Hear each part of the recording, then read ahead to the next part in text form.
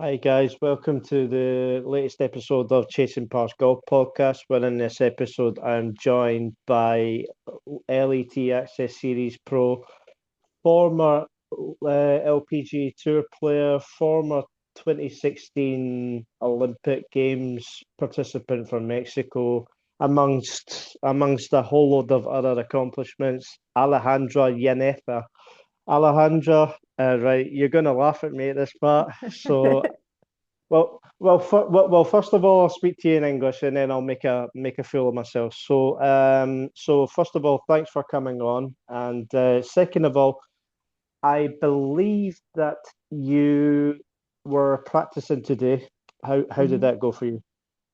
Uh, well, I'm sorry, my video. Thanks for having me on the podcast, Craig. Um, and yeah, I was practicing today. It went well. I played with my aunt and uncle, and it was practice, but we also had a little side match going, and I gave him 10 strokes, and we ended up tying. So it was a fun match. Yeah. So basically, he played the match of his life. Well, we both had some holes we're not very proud of, but I think the handicap came in handy in those for him. So No, yeah. that's fair. That's fair enough. Right, Alejandro. Here comes the moment of truth, and yeah, you promise you're not going to laugh, are you? Well, I can't promise anything, but I'll promise not to laugh too hard. I'll just leave it at that. Yeah, with a Scottish accent, doing any sort of different pronunciation is very difficult. So I can't wait. anyway, hola Alejandra, ¿cómo estás? Bienvenida al podcast de Golf Chasing Pars. Wow. Golf club. That was muy Yeah. bien. Muy bien. Oh, Sí. Yeah, thank I you. didn't laugh. Sí, Oh. so you you nailed it. Gracias. Gracias. I mean, it was probably, not the best pronunciation in the world, but at least I gave it a go. No, no, and I think like Scottish accent actually has an advantage with Spanish because it seems like you guys enunciate the words more similar to how they're written, and that's how we speak. So I think you have a Okay. little bit of a head start. Yeah. Well, that's interesting. I did not know that. So you Yes. learn something new every day. But Yes. the English version of that was, of course, hello, Alejandra. How are you? Welcome to Chasing Pars Golf Podcast. Thank you for having me, Craig. I'm doing very well and excited to talk about golf. Even with a Scottish accent. Even with the Scottish accent. And if I don't understand you at some point, I might have to let you know because my Scottish is not too strong. Yeah, I mean, fair play. I mean, it is not easy to understand Scottish for the best of people, so don't worry about it if you don't understand. We'll try our best. So anyway, Ali, first of all, so 2026 season, it's been a quiet start to the 2026 schedule, but you did play your home event back on the LPGA Tour at the Mayakoba. Mhm. Unfortunately, it was a missed cut, but how did you find that week? Yeah, it was amazing for me to have the opportunity to come back and play on the LPGA after quite a few years of not being on that tour. So I was very grateful to get the sponsor invite. And then being back there and seeing a lot of familiar faces and then some new faces as well, and then sharing it with another 8 Mexican pros, that was a really cool experience. And I would say I was really nervous like leading up to it, but once the week arrived, I felt pretty good with my game and felt very solid. Um, Unfortunately, I was sick most of the week, even though I was in my home country, but yeah, like my stomach was not cooperating. So that was tough because it was a pretty hot week. But I felt like I played really well.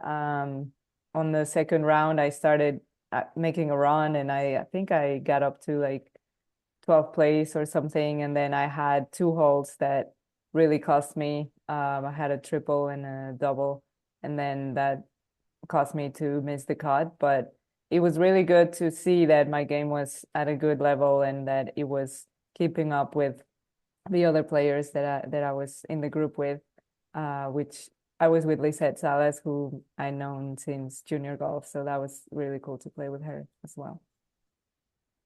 So, in terms of, the Mexican representation on that event, you said that it was eight other Mexican players. So, I imagine it was yourself, Fernanda Lera, Isabella Fierro, Yeah.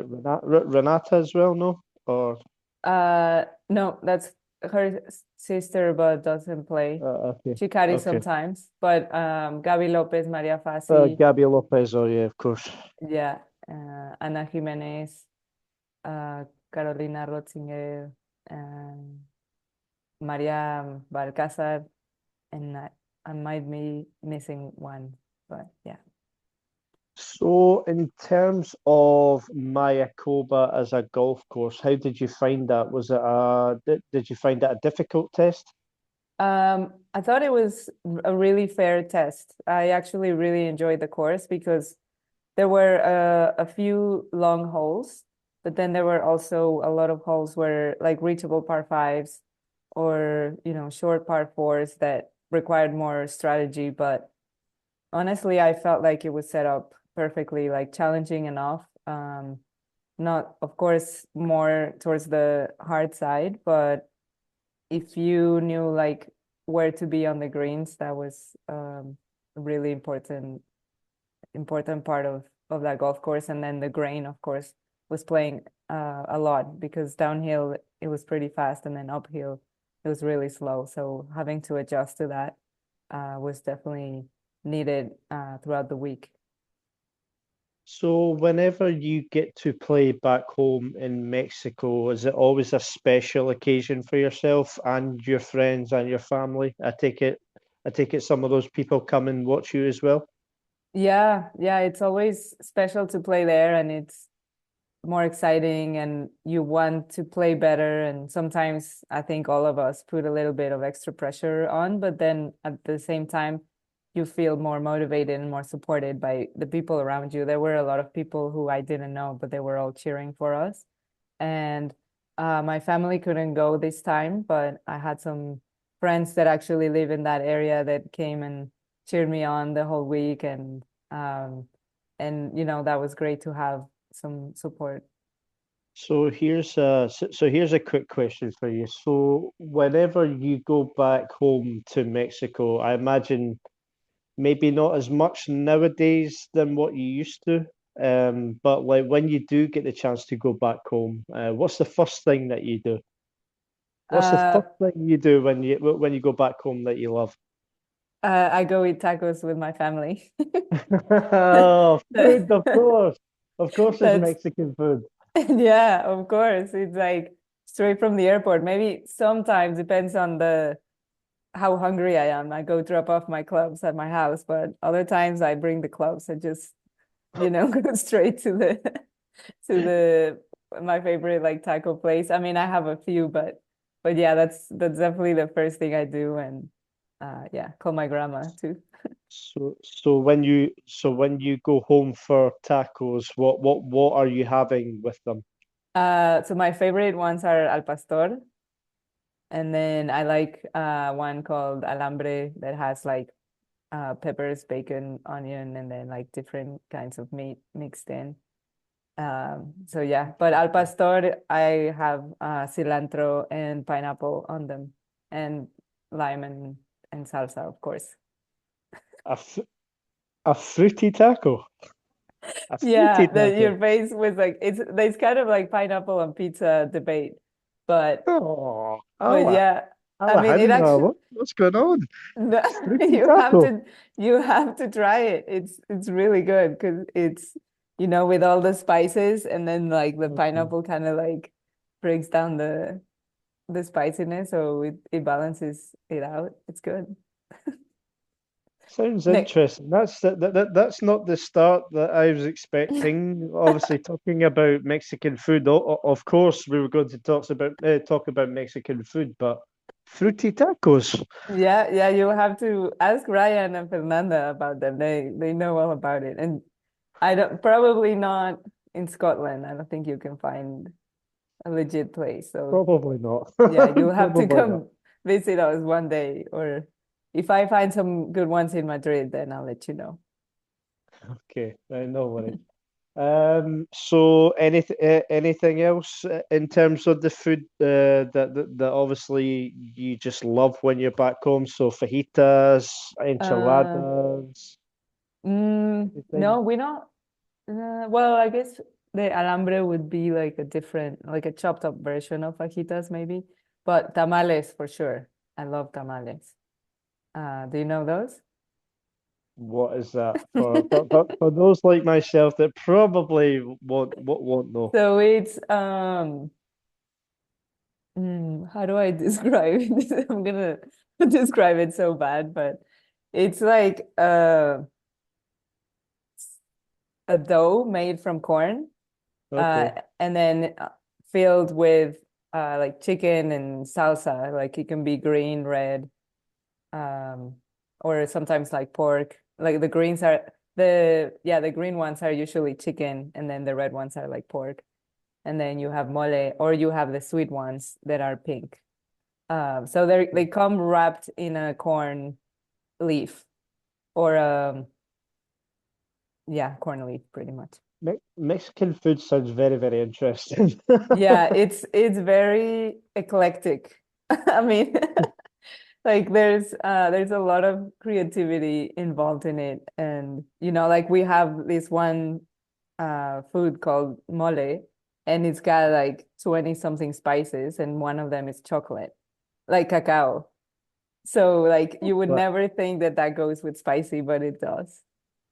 So wait, crazy. You Mexicans crazy. yeah. Well, before TV and Instagram, I mean, there was not a lot to do. So So they just experiment. making up different shit as you go along. Yeah, Yeah. yeah, and then finding out like it works, it's like that. I don't know if I can cuss, but No, no, you can. I've just so said it's shit it's on my like own that podcast. fuck around and find out. So that's Yeah, that's okay. how they. Yeah, that's Uh, fair. should I turn on the light? I don't know if the video is Yeah, you could if you want. It's just yeah, it's okay. maybe a little bit dark, but that's okay. Yeah, Don't worry. It but is like it's gonna get darker, so yeah, it is like in Madrid where you are, I believe it's like 10, 14 at night. So okay, yeah. yeah, that's Oh shit. Oh, and just as I'd done that, I just dropped my phone. That's fantastic. that's fine. Right, right, all good, Alex. So, so while we're kind of off topic just now, before we go back on topic, I'm not trying to get you in any trouble right now, but in terms of like tequila and stuff like that, do you like a little tequila every so Uh, often? you I'm not know, going to be in trouble. no, I the trouble depends on my answer, but no, like I'll say I like mezcal better than tequila. Have you tried mezcal? Is that the one with like the worm and stuff Um, inside, or I is mean, it? yeah, some of them have it, not all of them, but I've had the ones without it, and they're good. What's your what's your thoughts on tequila with the worm inside? What? Sorry, what did you say? What's your thoughts on the tequila with the little With the worm. worms inside? I mean, no, I'm not a big fan. I because also part of the Mexican food is like crickets or um or ants or like insects, and those are not my thing. So I don't like the worm in the tequila. If you had to choose one insect to eat, what are you choosing? I think the crickets. Okay. They don't, you can't taste them too much, but I have a thing with like tiny legs and I think they freak me out. Right. We've went so far off topic already in the first 10 I minutes, never thought but we would have that conversation. So yeah. this podcast amazes me, man. Honest to God, like it's crazy some of the conversation. But anyway, going back on topic now. Mhm. So you had a preparation at the Santander Golf Tour event. I believe it was last week. Yes. How was your preparations ahead of your first event of the season on the Letas next week in Czechia?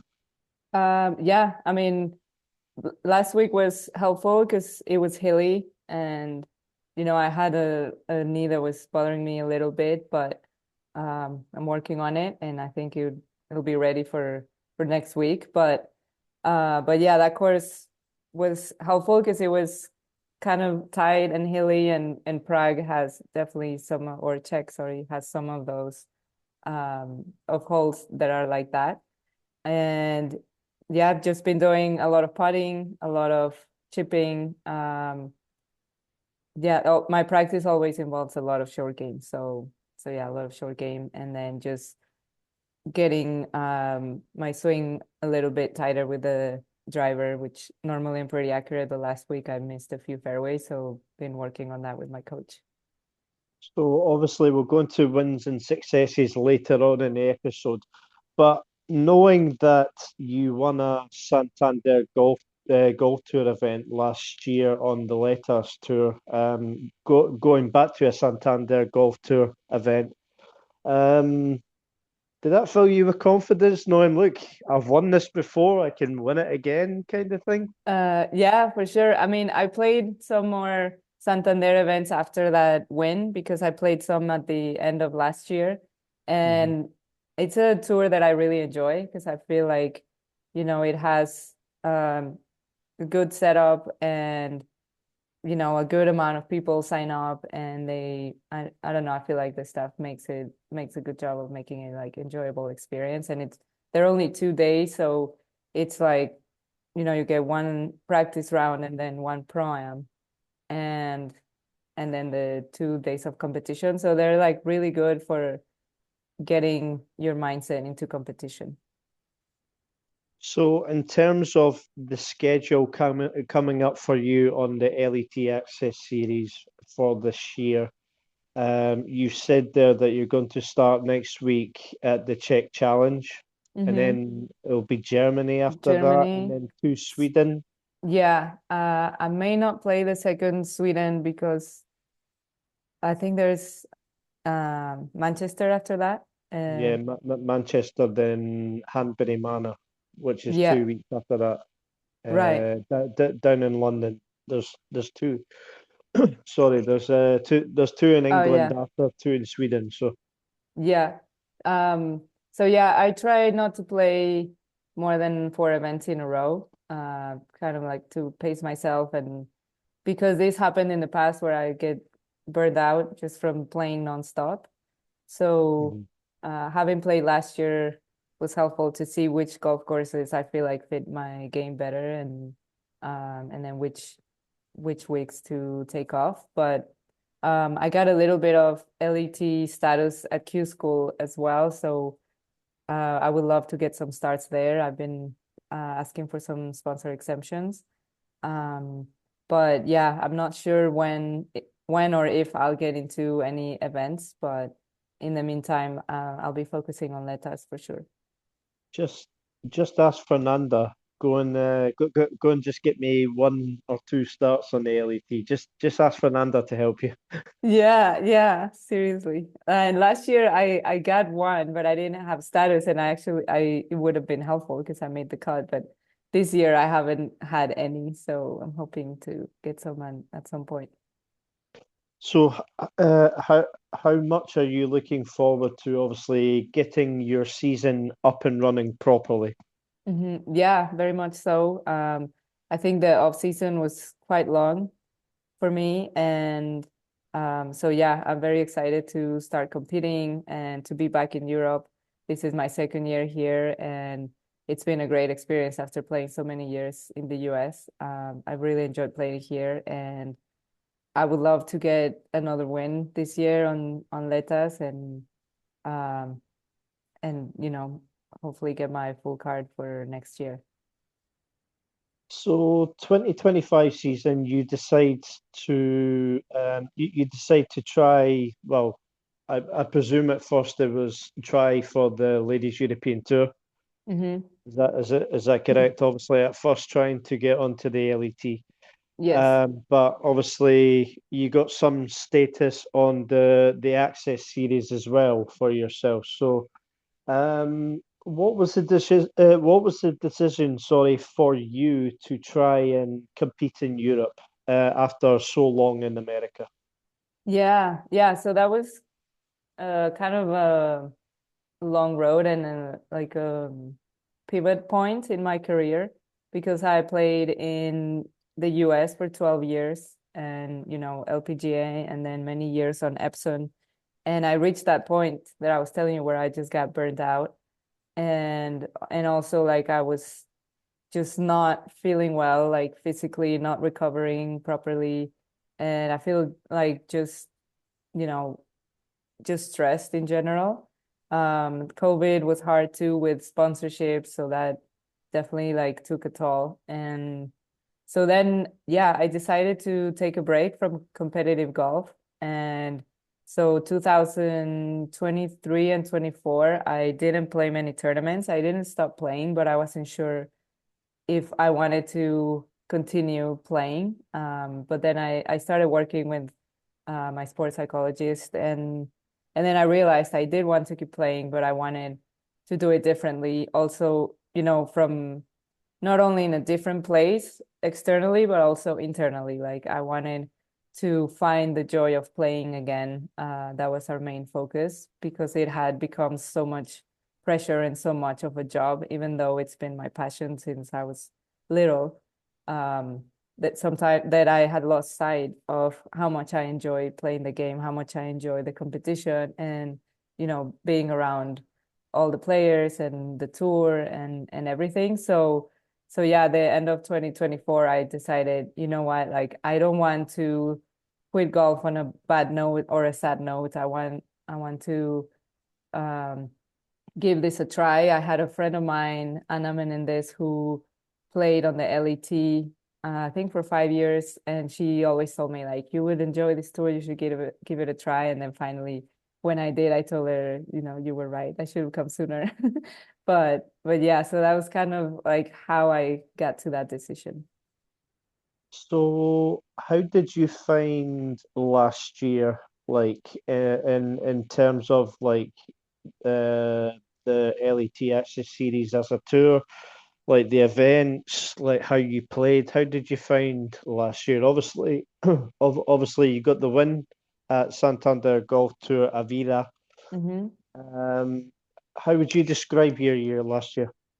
Yeah, it was definitely very exciting year, and it was so full of so many new things, like I things that I didn't know to expect. But I would say just a big adjustment year because coming from the US, like you're in the same country, like the travel looks the same everywhere, the rental cars, the highways, everything. And then when I got to Europe, like also in the US, you have private housing a lot, so you never worry about like, where you're gonna stay. And then here it's like, you have to scramble, like, where am I gonna stay? How many players am I sharing with?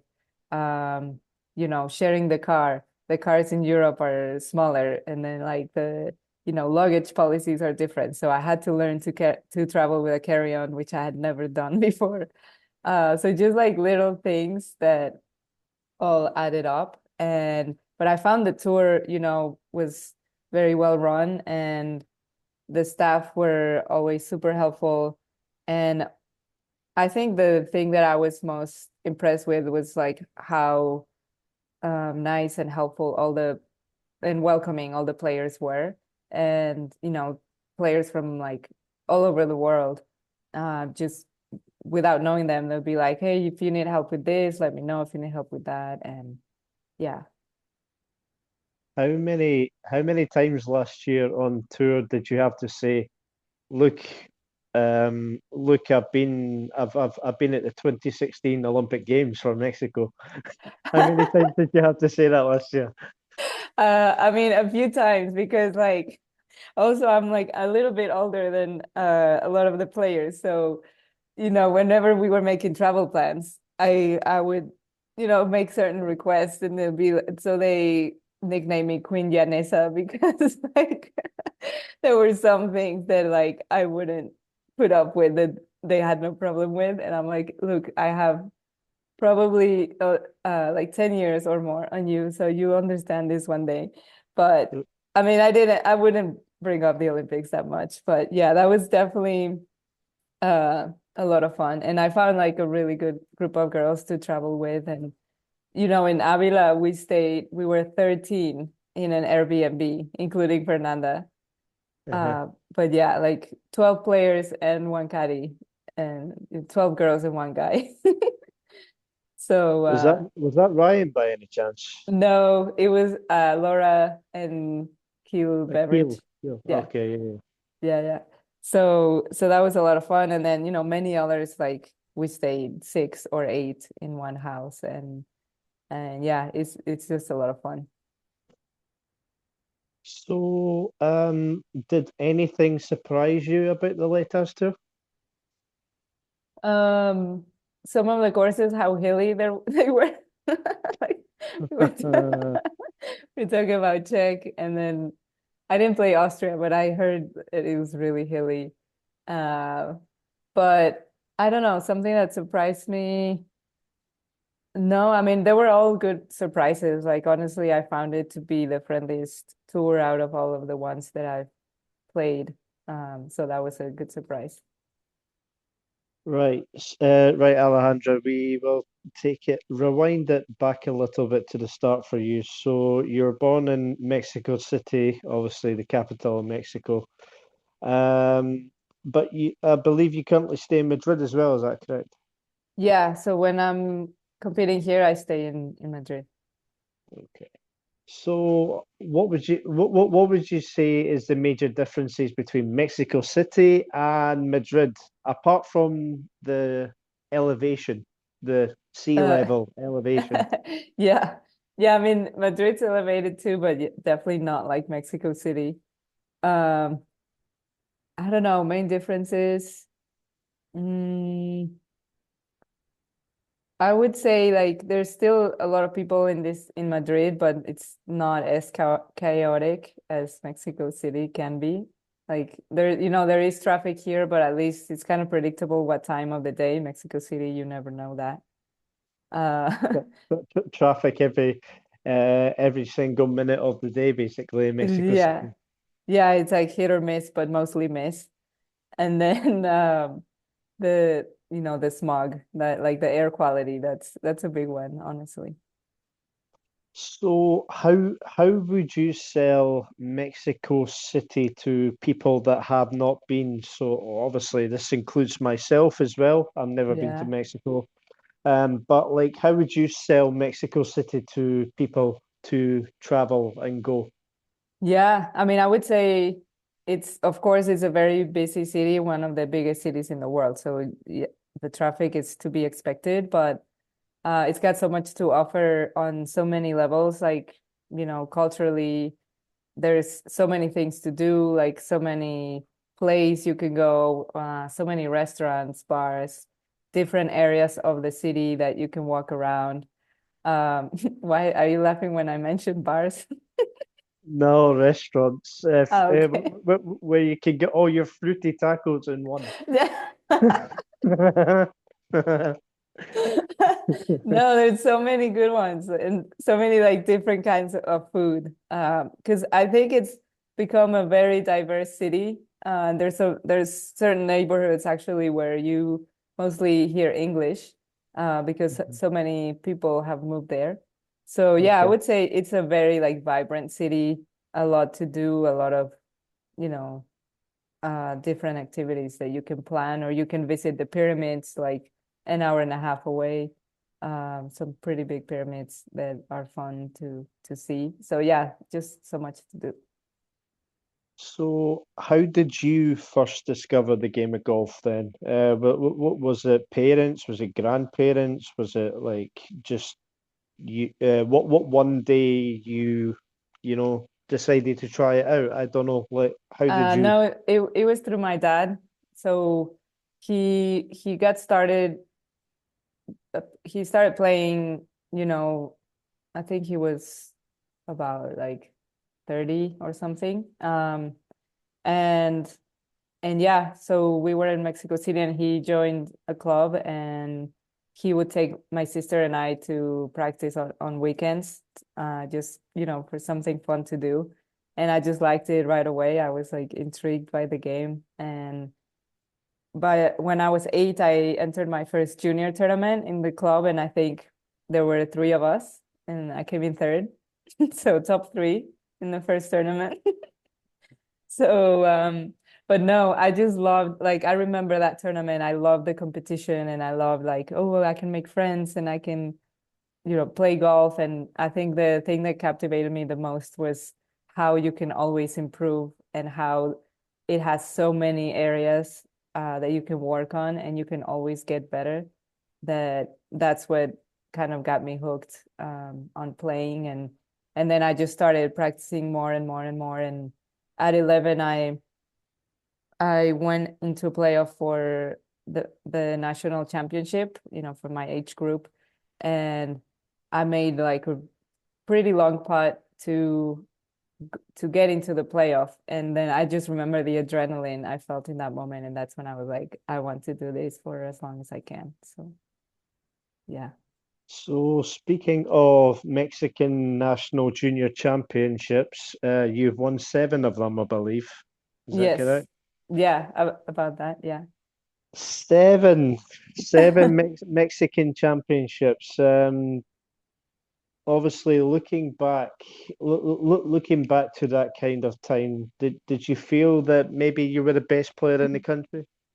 Yeah, there was one point where I did, and it was a fun feeling. Of course, like I had some friends that were like very close by, and sometimes they would win, sometimes I would win.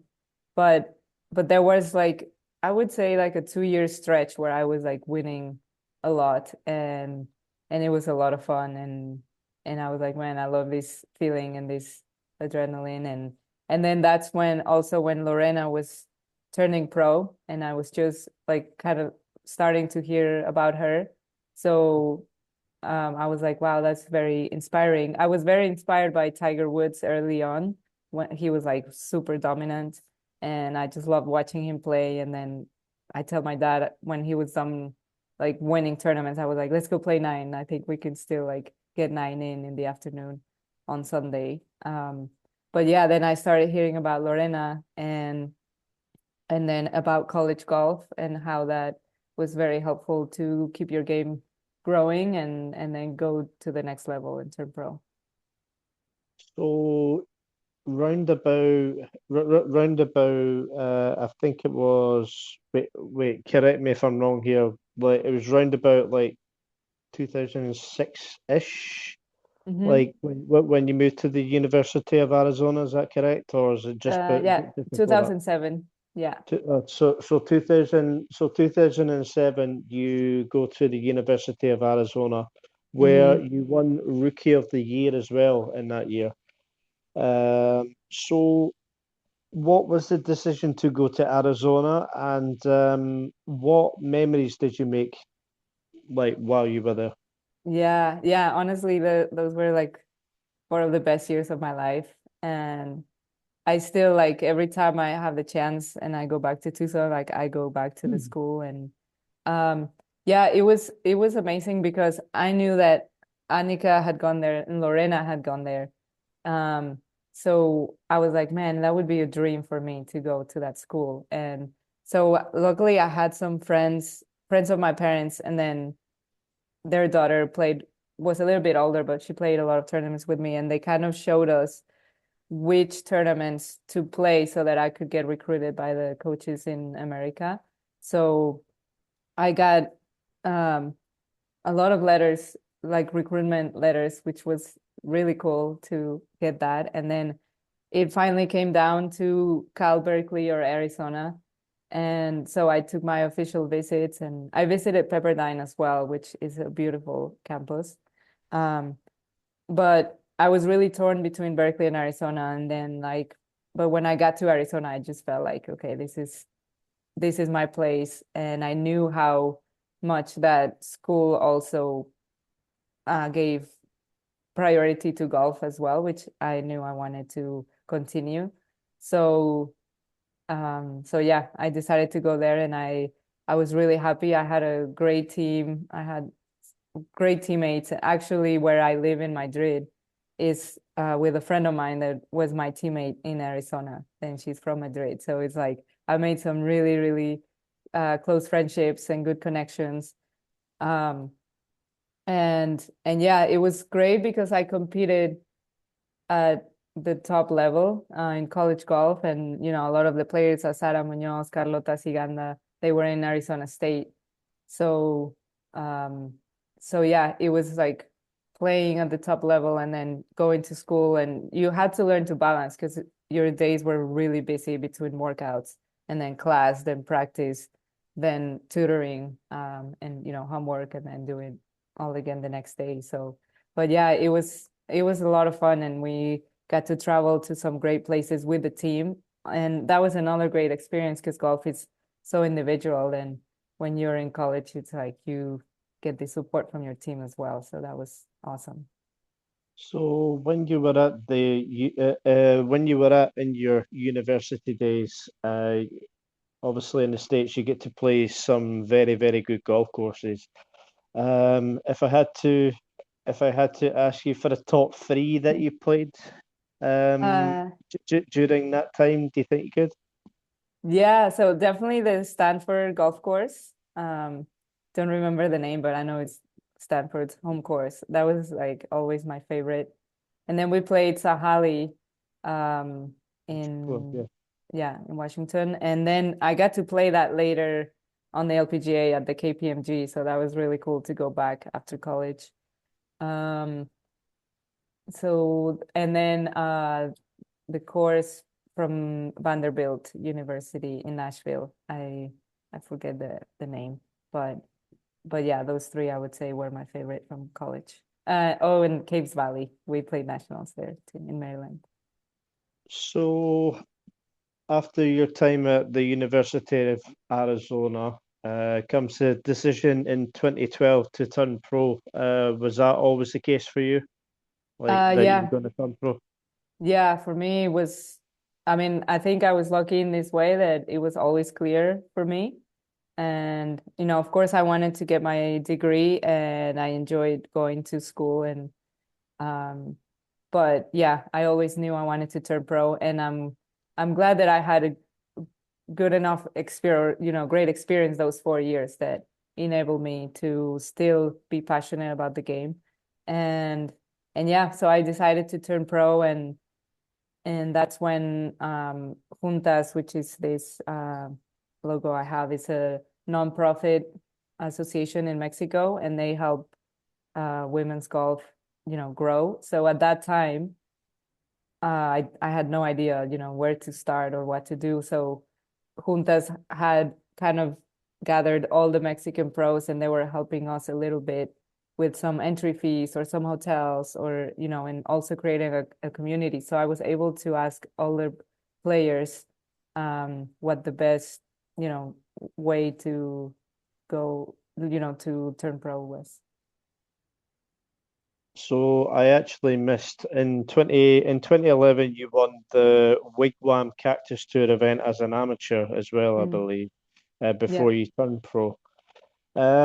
So I mean, winning that event as an amateur, then obviously it was probably an easier decision for you to turn pro after that.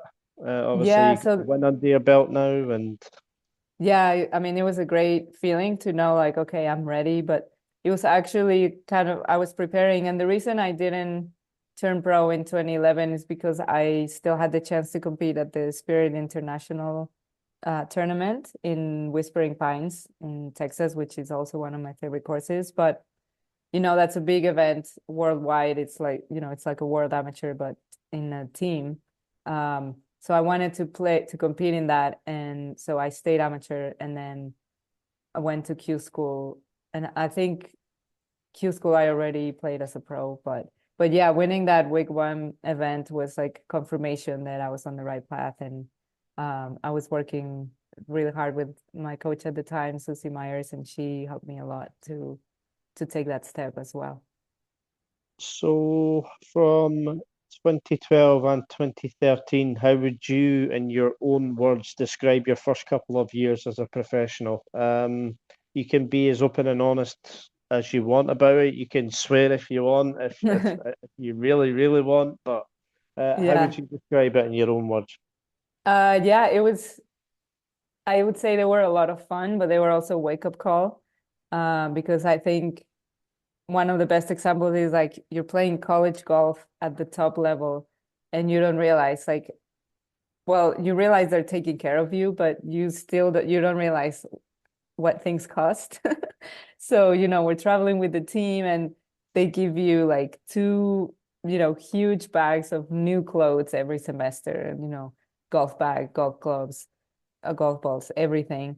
And then you turn pro and it's like, oh, I'm on my own now. And then I'm like, oh, I want to go have dinner. I remember I like this place. And then you look at the menu, you're like, what? This is what it costs to have dinner here? Never mind. I'm going to McDonald's. So, No, that's fair. so yeah, so those first 2 years is like, wow, you learn like you need to budget. And also, I remember I had a car in college and I kept it. That car lasted me 15 years, but but I had it and then I traveled with one of my friends, Lily Alvarez. She's a good friend of mine and Mexican pro as well. And we took it across the country. I mean, we drove it across the country. And also my mom helped me because we had to go, I think, from Arizona to Boston or something. And so my mom came with me. So that was a really cool road trip. But yeah, I was like, well, this is pretty much my house. So I had like a section that was like my library, and then I had a section where I had like a tennis racket and like rollerblades. And my mom's like, you realize like you're playing golf, right? Like you're not gonna have time for hobbies. I'm like, no, I will. I'll find time. But honestly, I didn't have much time for that. But it was just funny. Like the car was packed, and then once like Lily joined me, it was like her life and my life all in one car. And you get those like things so you can hang your clothes in your car.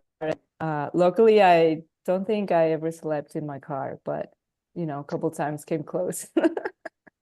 So yeah, those first Yeah. years were a lot of adjustment because also like you think in my mind I was like I want to play professional golf, so you think like all you're gonna do is play golf, and then you realize and you're like, no, I actually I just own my own business and I have to like do all the scheduling and traveling, budgeting, finding a caddy, finding a coach, being able to pay your coach, finding a mental coach. So it's so many logistics that the golf part felt like the easy and relaxing part, because everything else is just like so hard to keep up with. It's all right for Manchester. I'll caddy for you for nothing, for Okay. absolutely zero. Okay, okay. Deal. No, I'll pay so you in fruity tacos. oh, for God's sake.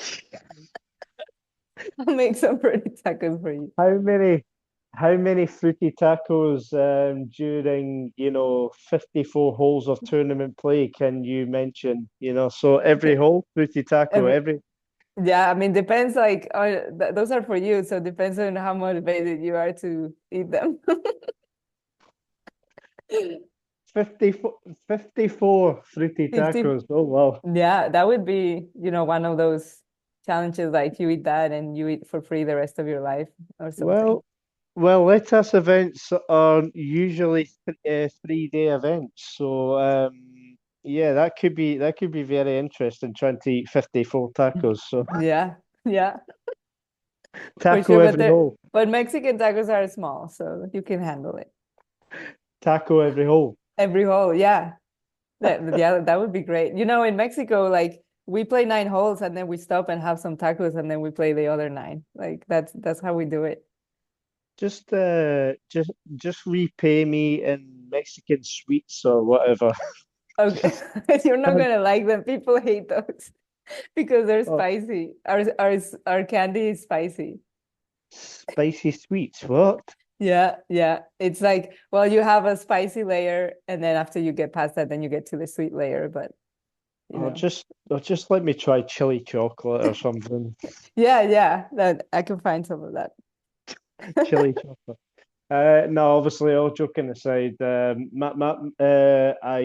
shall be in Manchester, potentially doing media duties, so it'll be good to obviously catch up during that time. Hmm. So, Yeah, for sure.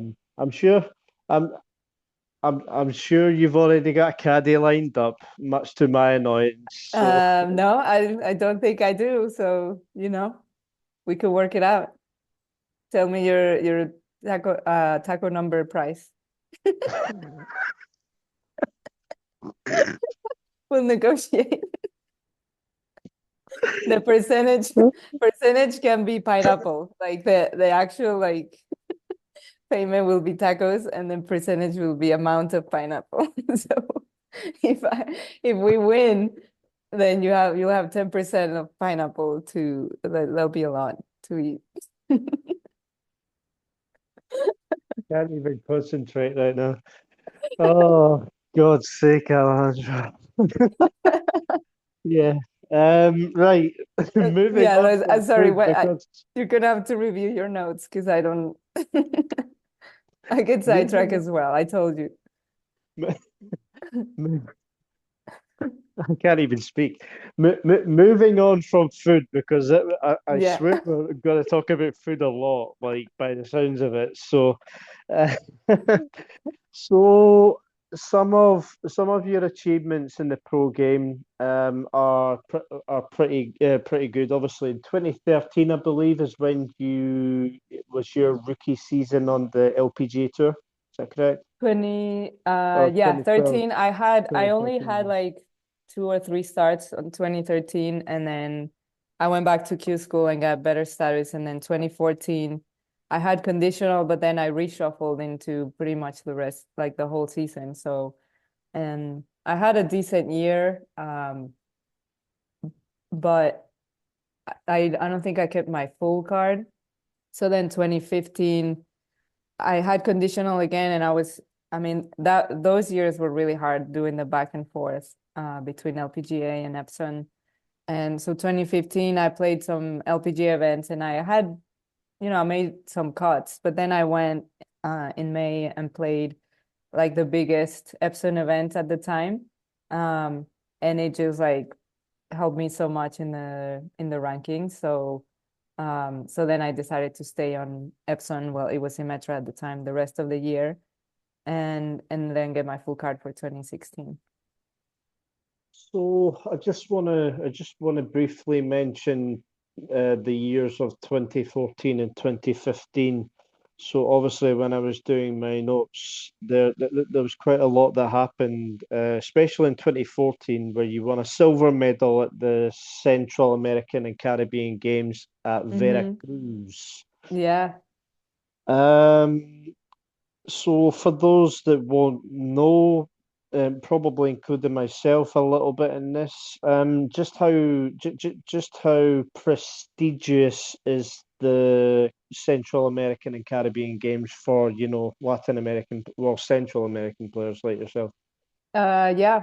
I mean, they're pretty big. They're part of the Olympic cycle. So it goes, 3 years before the Olympics, you have the Central American Games, and those I would say are the smallest. They're like a mini Olympic, competition.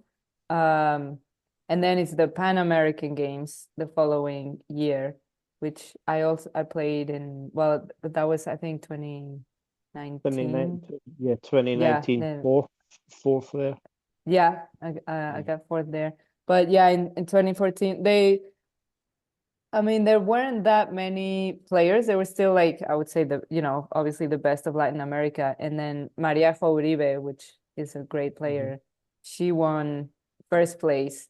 And then it was between Paola Moreno and I, like for the silver medal. We went on a playoff.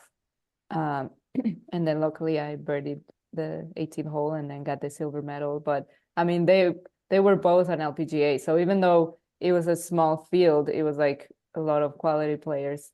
But yeah, I would say that's like the smallest one of the Olympic cycle games. But So, yeah, winning a medal for your country is always like, a big honor, of course. so the first two of your five major starts happened in 2014 as well. So at the KPMG, well, which is now the KPMG PGA Championship, and the Evian, which had not long, sorry, transformed into a major venue. Yeah. So speaking first about the 2014 Women's PGA Championship, I'm trying to read my writing here. Monroe Country Club. Yeah. So Uh, to make your first major start, what was that like? yeah, it was super exciting. It's honestly, it feels like a dream come true, like because it's everything is like a little higher level than a normal tournament, and you get all this like special treatment, and it's very exciting to feel like, wow, I earned my place into this very small club of major players. And honestly, that was a hard part, I would say, of being on the LPGA. And I think a lot of players experience this as well, where it's hard to fully feel like you are part of the tour because your whole life you're chasing, working a lot. And then you get there and then you're surrounded by all these amazing players. And then you're like, man, like, am I good enough? Like, can I really compete here? And like, I'm in the best tour in the world. And it's like, yeah, I mean, you earned your spot. So I would say like a lot of times they ask me for advice to younger players, and I would say like feeling like you belong is one of the most important things, so you can like relax and play your game, and not be like comparing yourself all the time, because it's so easy to do out there, and then you feel like, no, oh my gosh, like no one's making any mistakes and I have to keep up.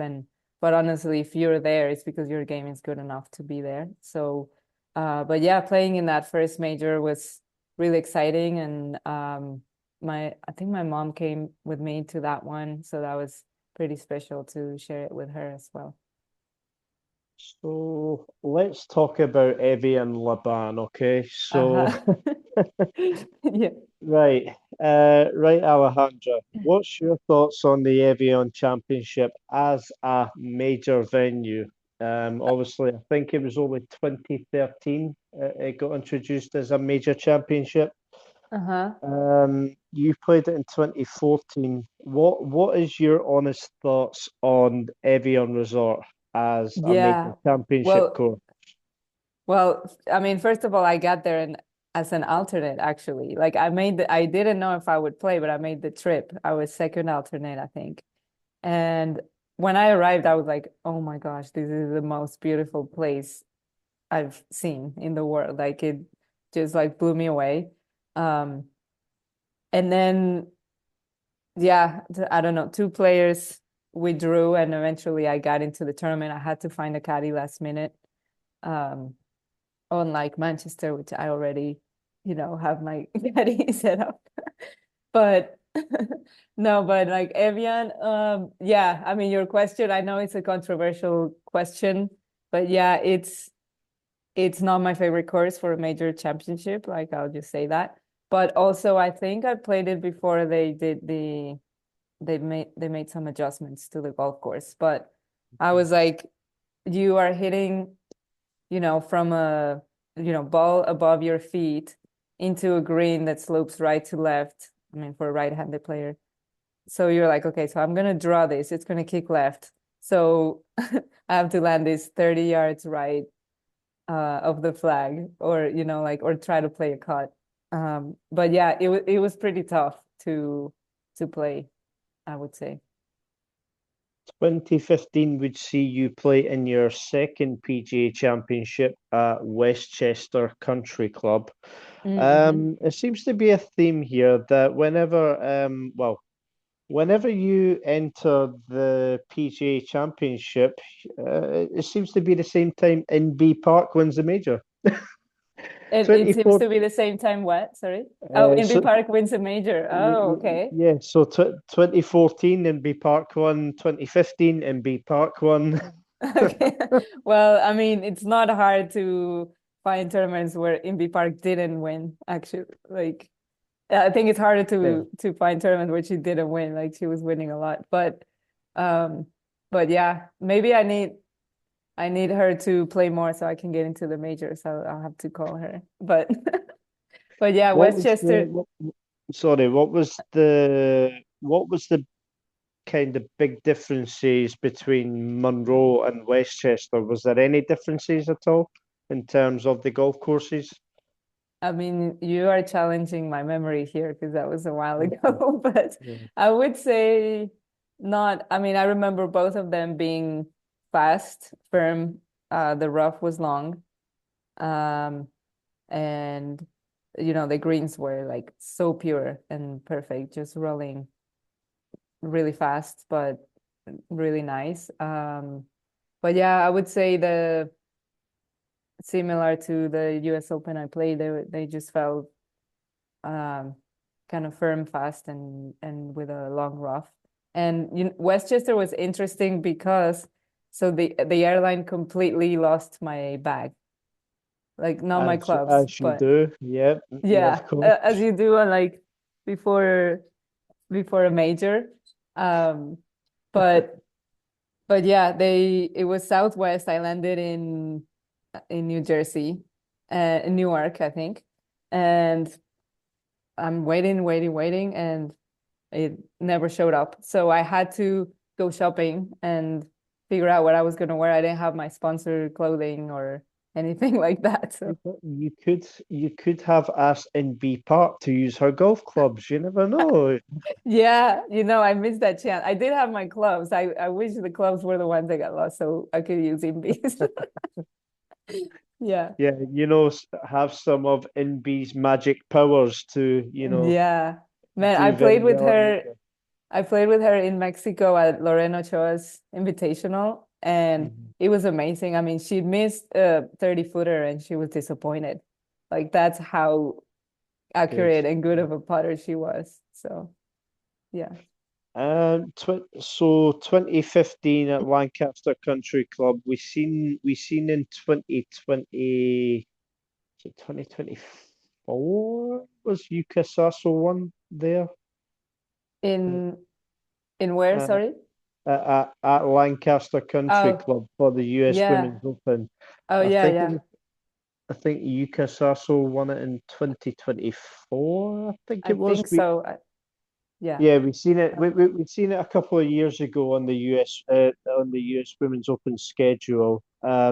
And it's fair to say, watching that golf course that week, ridiculously tough golf course. Oh That's my for gosh, sure. yeah. I mean, that's the hardest one I remember. Like if you ask me what was your toughest major you played, definitely the US Women's Open.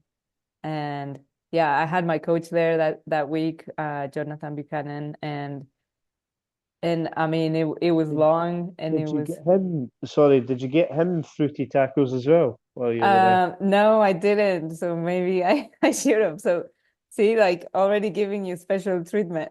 But no, but him, I think we went to a barbecue one day where one of my friends cooked and he cooked pretty well. So he got some of that. Um but no, that week was my parents were there, my sister was there. So it was really cool to have them there. But yeah, it was just so challenging. And, I'm more of an accurate player. A lot of people think that I'm really short. I don't think I'm as short as other people think, but also I'm not a long hitter for sure. I would say I'm average to a little below, but that week, I mean, kicked my butt because the course was it had a lot of shots uphill where, it hurt me distance wise for sure. Right. So 2025 would see your Epsom Tour win, or sorry, the Symetra Tour at the time, at the Self Regional Healthcare Foundation Women's Charity Classic or something Longest like that. tournament name in history, yeah. Definitely. Yeah. See, when I seen the tournament name earlier when writing down, I was like, what the fuck is going on here? Like Yeah. Self-Regional Healthcare Foundation Women's Charity Classic or whatever it was. Yeah, I Like, mean, yeah, no, I don't even remember the name, but I just remember as Greenwood. I won a Greenwood. So yeah, so to win on the Symetra Tour, obviously that takes your total now up to 2 wins. One was an amateur, technically, so you yeah, can still count it, but yeah. But no, this one was the first big one professionally for sure. And like I said, it was like a very big purse and like it was very significant for the tour. So um Did yeah, you did you celebrate with Moscow? at the time I hadn't discovered mezcal at the time, so I celebrated with tequila actually, but I did. Of course. But so this was like a really fun 3 week stretch because we played in Dallas the week before that tournament, and I was with my caddy Ivan Galdame from Argentina, and we were playing well, and we were on the clock because we were, my group was falling behind, and unfortunately we took a little too long on one shot, so I got a two-stroke penalty. Like I was in like third place on the LPGA event, and then two-stroke penalty. It was hard to recover. I mean, I still made the cut and everything, but I was pretty disappointed. And then let me let the dog out really quick. That's okay, don't worry. Yes, so yeah, just while Alejandra is quickly away, just to remind people that Okay, obviously you sorry. can find every episode of Chasing Pars Golf podcast on Podbean, Apple Podcasts, Spotify, and it's also on YouTube if you want to watch this joyous conversation between myself and Alejandra with guaranteed tacos and tequila chat, then there you go. Yeah, Go yeah, to go to YouTube if you YouTube want to watch. for sure. Um, but yeah, so then that LPGA event I was kind of disappointed, and then the next week I wanted to rest because I wanted to prioritize the LPGA events, but then I remember like I was kind of down and I was talking to my mom, and she's like, well, you're playing well, like just go play in the Epson event and just go win it, and then you can come back and play the LPGA. And I went, and my it was a really like tight game, and then the back nine, my caddy was like, okay, this is where tournaments really start, and we just got in a really good groove, and we were tied on the coming down the 18th hole, and then made birdie and won the tournament. So it was like super exciting, and I was like, it was Mother's Day too, so I told my mom like, you were the one that told me to play it, and so it was very special. And then at that moment, they told me, I had no idea, but they told me, because you won this tournament, you're going to move up the ranking enough to have Mexico qualify for the Olympic Games. And I was like, oh my gosh, like it was so exciting, and I was so happy. And then that afternoon we had to drive to Virginia to play in the US Women's Open qualifiers, and then I 2 days later qualified for that. So it was like a really crazy stretch. So let's talk about Rio de Janeiro. Mm-hmm.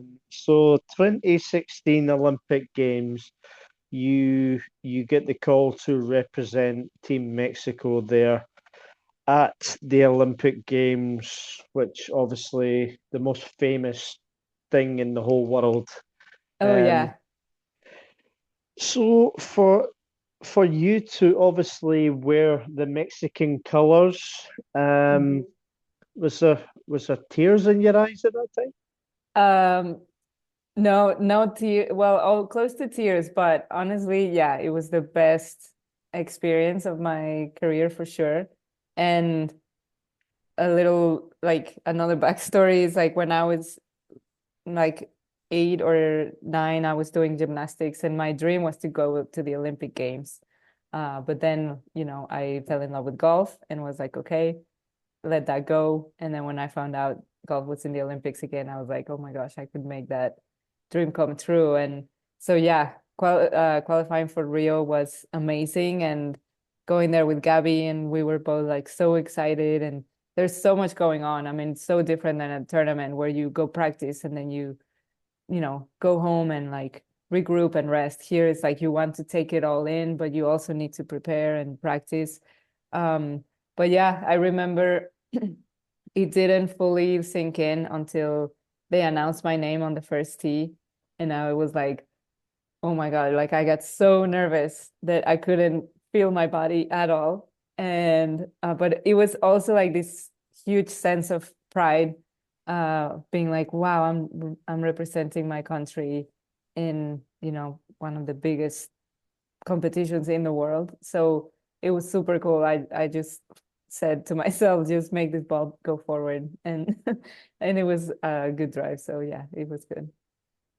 Like even though obviously it is the Olympic Games and you're basically there to represent golf at the Olympic Games, but like in terms of Rio de Janeiro, did you get to see much of it? And did you see some of the other sports? Did you go to like the what do they call it again? Like the kind of village, the Olympic village and Uh, stuff like that?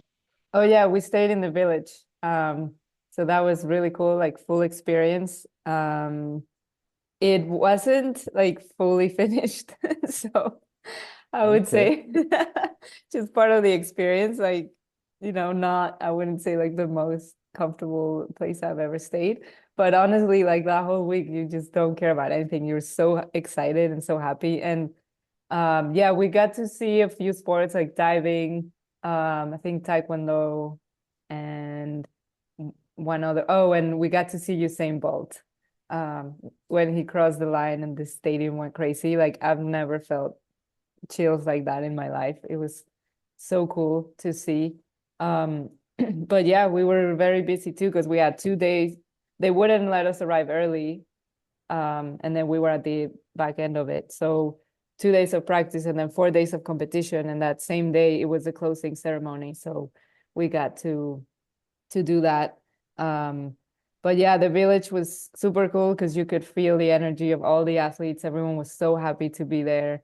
And it's like I say, like we all spoke the same language, the sport language. So it was super inspiring to be surrounded by the top athletes in the world. Like to me, it felt like I was like in Avatar's world, like everyone's like at the top of their game. And yeah, it was a great experience. Did did you get to meet any other famous sports people while you were there as well? So did you get a picture with Um, anybody or we talked a little bit with Chad Leclos, who was competing against Michael Phelps for a lot of the swimming? swimming. Swimming, yeah. Yeah, and then Romel Pacheco from diving from Mexico. He's now running the uh, CONADE, which is like the main sports association in Mexico. Um, so, and Jairo Campo, he was from diving as well from Mexico. Um, and yeah, we stayed with Yvonne from track and field. I forgot her last name, Yvonne Hayek, I think actually. But Yeah, but it was great to be surrounded by so many great athletes. We saw Ricky Fowler, like the golfer guys were leaving as we were arriving, but we overlapped a little bit, I think, with Ricky Fowler and Justin Rose, but we didn't get pictures with all of them. So I'm gonna combine sorry, I'm gonna combine these two wins together to try and cut a little bit of time. Hmm. But 2017 you won the Pennsylvania Women's Open, and then 2019 would see your second victory on the Symetra Tour at the Garden City Charity Classic. Yeah. Um, Obviously to get your third win must have been special, but to get your fourth professional win and your second on the Symetra Tour at the Garden City Charity Classic, uh, how are you feeling going into that week? Yeah, it was actually like a great example of how golf works and how the touring life works because I was coming off, I think, maybe 6 weeks or of either making the cut by one or missing it by one. I think maybe I was missing more cuts than I was making, but in my mind, I'm like, I'm playing well. I know that I'm really close. So that week was, I don't, something clicked, and I felt like I was able to just relax and trust my game, and that golf course fit my game really well. And so yeah, it was awesome, and kind of a relief to get my second Symetra win after 5 years, because it yeah, so many things had happened, like the LPGA and then losing my card and then struggling for a while. So that was great to get that win. So see when things don't go so well on the golf course, could be the way you're playing, results, whatever. How difficult is it for you as a professional to, you know, try I'm trying to word this the right way. Like when things aren't going too well, how difficult is it to, stay positive, even though you probably just want to like break down in tears and just say like, what's the point and give up? Yeah. Like, how Well, difficult is that? a lot of times you do break down in tears, but then that kind of like helps you kind of like clear the energy, and then for me, like journaling has helped a lot, but also having a really good support team around you is very helpful, to having friends, family, your coach or your mental coach to talk to, have they a lot of times help you give a bigger picture, and keep that perspective. And then also remembering why you're playing, like I think a lot of times it was harder for me those years because I would lose track of, I was playing because I loved it, but I kind of forgot about that part. I was just playing to win. And I heard Gabby Lopez talk about this in a podcast as well, where like when you are just focusing on that and only on the results, then you start losing all of the enjoyment and all of those pieces that help you relax into your game. So yeah, sometimes it is really hard, and I think a lot of us have gone through like mental struggles, but being an athlete, it's what you do. Like you fall down and you get up, and you give yourself a pep talk, and it's also very valid to say like, okay, this is enough for me. I'm ready to move on to the next thing. But as long as for me, like there's passion in what I'm doing, then I'm gonna keep going. So, so because you've been so great in speaking in English for so long so far, I'm gonna let you have a couple of minutes in your native Spanish. So, if you were to give um two pieces of advice to any future Mexican players looking to, take up the game of golf for the first time, if you were to give them professional advice on what to do, etc., what kind of advice would you give them? And because you've been great, I'll let you have 2 minutes in Spanish, so In it Spanish? can be in Spanish, yeah. Okay, but they're just starting out into the game. Yes, yes, Okay. because I imagine there will be a few Spanish listeners into this as well. So, Okay. Bueno, para las personas que están empezando en el golf, les diría que dos cosas muy importantes son la paciencia, es un deporte de muchísima paciencia, mucha perseverancia y de mucha observación, o sea, observarte a ti misma para saber qué es lo que te funciona, qué es lo que no, porque la segunda cosa que es muy importante es no compararte con los demás. Todos tenemos fortalezas, debilidades, entonces es aprender cuáles son las nuestras y, y saber que es un juego en donde se trata de ir contra el campo, contra ti mismo y de estar siempre mejorando y superándote. Ok, bravo, yeah, bravo. okay, thank you. There was no mention of food in there, was there? No, no food there because they know. You know, for you it's like I have to colonize, but with them they know. Right. So, if you had to describe your golfing career in 3 words, what would you say? I know you could probably say it in like 10 words or Right. 15 words, but Yeah. Let me pick some good ones, but I would say roller coaster, uh-huh. excitement, and perseverance. Well, for those that won't know, obviously we mentioned round about the start, when we were going into your professional journey, that you turned pro in 2012. 14, this is now going to be your 14th season as a professional player on tour. Hmm. So I think the deal with you was because you've been on tour for 14 years, surely there's got to be two or three very good stories that you can share. um, yeah, well, I think some of the stories is, you know, like I said, like all these the last year just staying in places where you're staying with so many other people and everyone's trying to get their schedules together and get their tournament prepared. But there was one time we stayed in a house in Florida, a friend of mine and I, and Ingrid Gutierrez from Mexico as well. And we were sure the house was haunted. Oh God. Was it actually So, haunted? well, okay, so here's how I'm gonna lay it out and then people can decide. But it's a huge house, um, and the owner of the house was not there.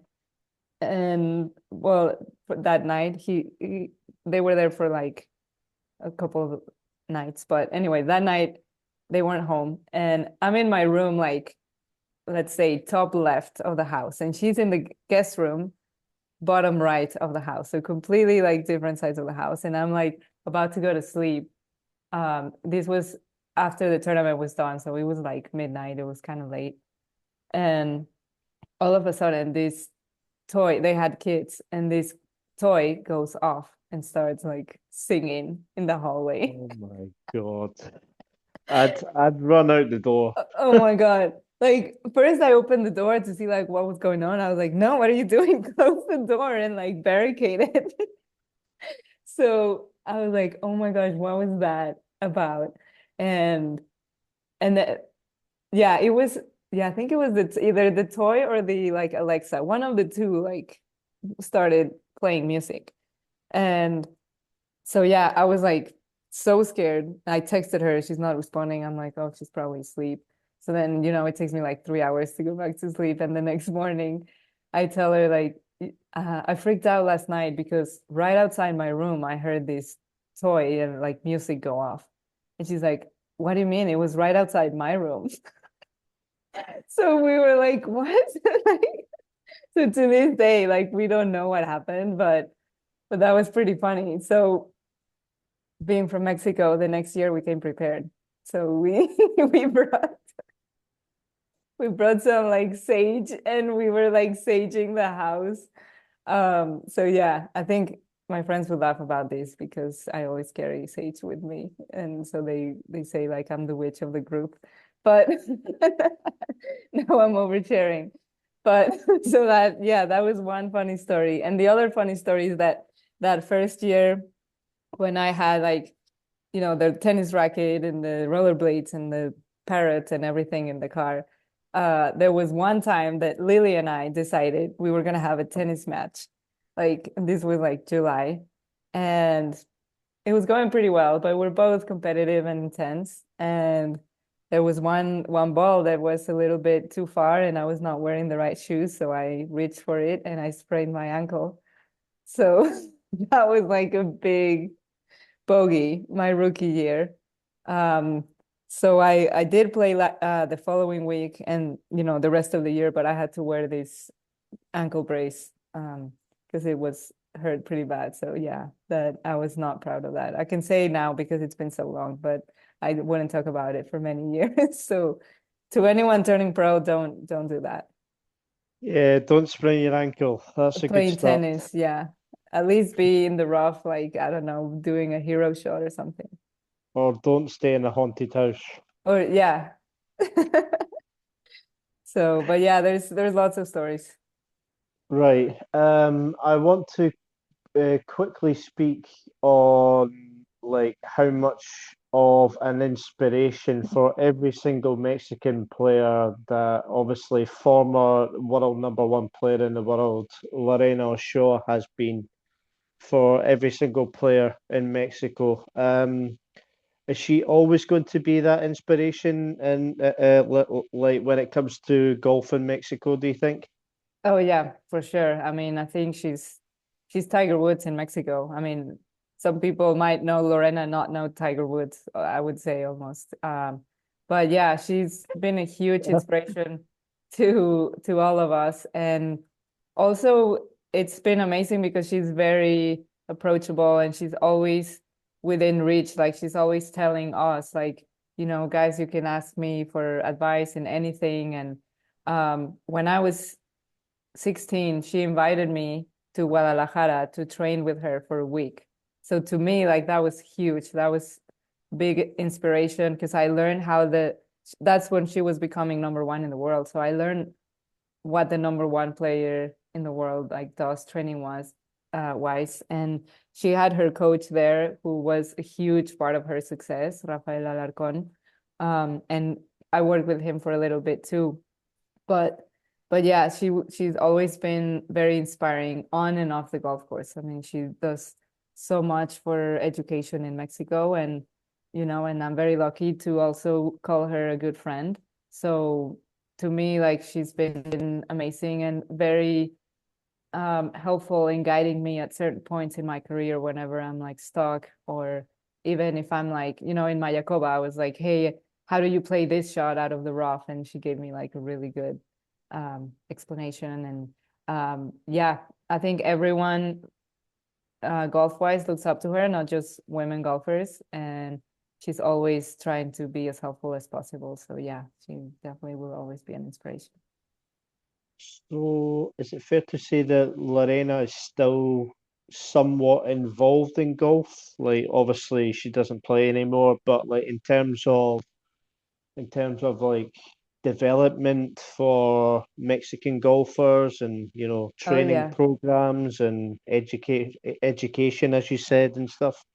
Yeah, she's a big part of Juntas, this nonprofit, and they have, since she got more involved, because before they were only helping the professional players, but now they're helping develop girl golfers, and now like this year they're starting with boys as well, but since an early age, like really young, like 6 years old, and then they have different age groups and different development programs, and she's very involved in that and wants to um, help everyone because she always talks about a recipe and finding your own recipe. So she's very passionate about teaching that. And then also she's always playing a lot of charity events to raise money for education I mean, not golf related, but just education for the country, for the kids in the country. So yeah, she's still very involved in golf, and I'm always trying to help grow the game. So Lorena, if you somehow are listening or watching on YouTube, as we said earlier, yeah, first of all, I hope that you're doing well outside of obviously your playing career. Fantastic career, fantastic golfer, and from what I'm led to believe, a fantastic person as well. Like obviously speaking Yeah. to yourself and the likes of Isabella Fierro as well. I'm sure she was saying that Lorena was one of the nicest people in the world as well. So, Oh yeah. yeah, keep doing what you're doing for the people of Mexico, and yeah, I just hope I just hope that you are well. Anyway, that's for sure. Yeah, yeah, and I hope she can come on the podcast. But yeah, I mean, Good luck with that one. but yeah, she always said she wanted her legacy to be bigger off the course than on the course. And so I think she's really achieving that. And honestly, yeah, like golf aside, she's one of the best people I know. Like she's always, reaching out and like just a very good human being to be around. So yeah. Yeah, the only reason why I am saying good luck with that one in terms of trying to reach out to Lorena is I don't think she'll understand Scottish that well. Let's just say. The well, I think I've managed pretty well. So if you need a translator, I can like translate between you and Lorena. Should we do a joint episode where you could be the translator and Yeah, that would be so much fun, actually. I'll be the interviewer. You could be the translator if we get stuck at Yeah, all. if you So, get stuck, I'll jump in but I know she likes fruity tacos as well, so you're gonna have to work on that. oh my God, fruity tacos. I Right, like how you call them that. Like no one's called them that before, so it sounds so funny. right, Ali, we shall get to a few fun questions to kind of end this. I do realize it's very late now in Madrid, and also we've been chatting for over an hour. There's a shock. There's a Yeah, surprise. I warned you, like you weren't the only one that talked a lot, so here we are. Nah, it's been fabulous, though, to be honest. Like I've not laughed so much in a long time, to be fair. So, fair play. Good. Me too. Right, so favorite. So I'm going to say top three countries that you've traveled to for golf. New Zealand, number one for sure. Australia. Oh, now Switzerland. Oh, nice. You got to get the Swiss mountains in the background as well, you know. Yeah, yeah. I like a little, mountain, like snowy mountain on the back. Best place that you have traveled to, not with golf, so just for a vacation. Well, also New Zealand, because Okay. after an Australian tournament, I took a trip to New Zealand to went hiking and kind of backpacking, so that was amazing. Um, so I have to say Mexico because there's so many great places in Mexico So, what would you say your and Spain. favorite kind? What would you say are your kind of favorite hobbies? Hiking is number one. I love it. It's to me it's very relaxing and I love being in nature and being outdoors. And I think hiking is also like very mental, kind of like golf. Like, you have if you're going up a mountain, there's a lot of like mental game that comes into play. Um, I like paddle boarding or kayaking as well. And and then the other one, I don't know, just normal things like listening to music. I can't think of the other one. Spanish or English in terms of music? Actually English. I think I listen to more music in English than Spanish, even though I like a lot of music in Spanish as well. But I think if you looked through my playlist, it would have more English. So not like, Despacito or the Macarena or something like that. Oh my gosh, if I listen to the Macarena, like Get the body moving. I, that would be a good warm-up song, but no, I think I'd be in trouble if I listened to that like on my own. But Despacito See, is yeah. so sorry to interrupt again, but see if you were to win the LET Access Series event in Manchester. Oh, So for your celebration, let's do the Macarena together. you're doing it with me for sure. Let's do the Yes. Macarena together. Yeah, dale a tu cuerpo alegría. That's See, it. we're already coordinated. Um, yeah, we're doing Deal, that for sure. done deal. Macarena's get Yeah, done if you win. Macarena is motivation, number one. But Definitely. yeah, Despacitos on my playlist, but I'm not a huge fan of reggaeton, which I know a lot of people are, but not me. What makes you happiest outside of golf? I know that you mentioned hiking and all that stuff, but Hmm. what makes you happiest? Um, Honestly, just being with my friends, like hanging out, that's another thing that I found like this year has been a lot of fun. That a lot of times when the tournaments are done, like a lot of us will go to dinner and go walk around the city, get ice cream, and just talk. And I mean that to me, like that's a lot of fun, and I like to do that in Mexico as well with my friends there. But yeah.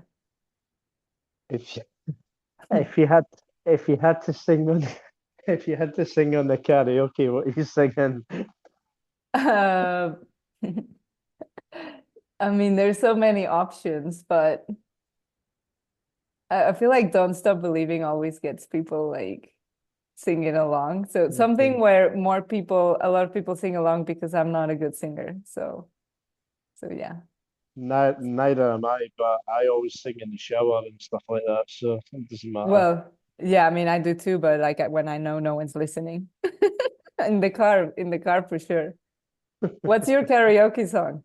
Oh, for fuck's sake, here we go. Um, no, that is actually too tough a question to ask. Okay, that's fine. We'll leave it for next Yeah, time. there's too many. Um, I was going to say something stupid. Not to be honest, that's too tough a question to answer. I Yeah, maybe couldn't tell you. Macarena next time then. Yeah. If I learn the Spanish version of, well, if I learn the words in Spanish, which Yeah, highly unlikely, but or that's fine. I don't know if you've heard it or remember it back in the day. It was quite popular here in the UK. Last ketchup, I said hey. Acerejé, oh my gosh, such a good one. Acerejé. Yeah. So if we win by 10, we'll do Acerejé. But only if we win by 10. But if we only Yeah. win by 1 or 2, it's Macarena. Okay. Right, no worries. That's a done deal. Um, right, so a couple more questions. So like obviously you have been on the tour now for 14 years. What would you like your legacy to be after you finally call it a day?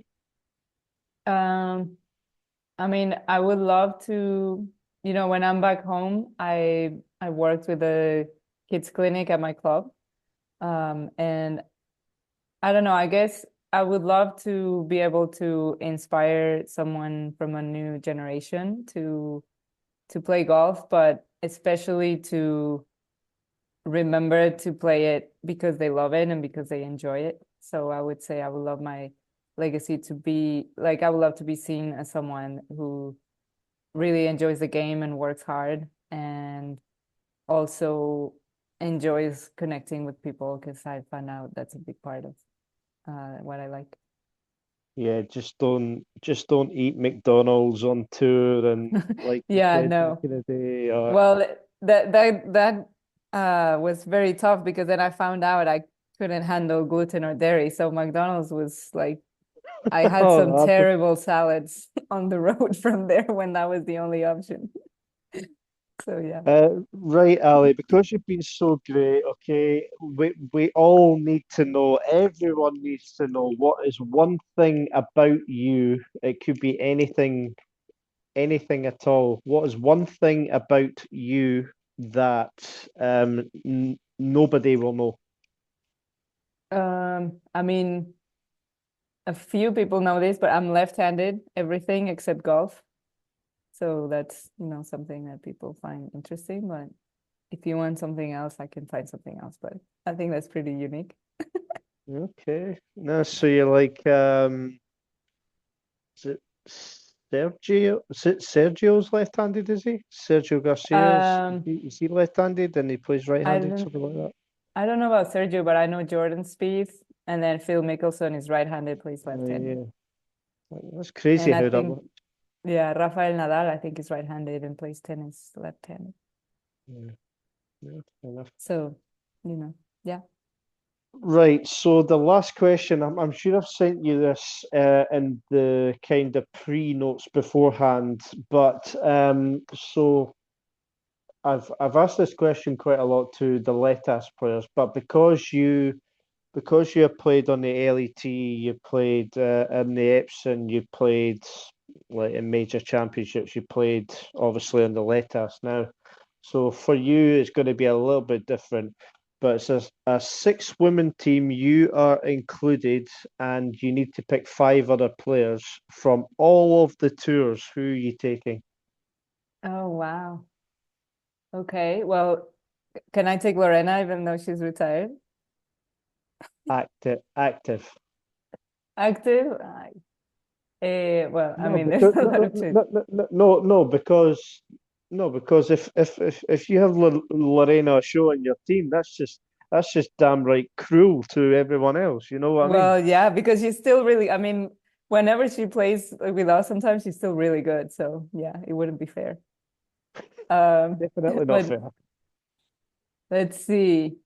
So I would take my friend Ilhi Lee from the LPGA, uh, Jay Bowers from Letas. Um, Man, this is tough because you could get me in trouble with people. Like, oh, you didn't pick me. Um, Nelly Corda, Okay, yeah, of course. that's So I four. have I have two more. Yeah, And Van Damme because she hits it a mile. So that would be like she could hit the drives and then we just chip. I I can see a theme here. Nelly Corda and Anne Van Dam in the same group in the same team.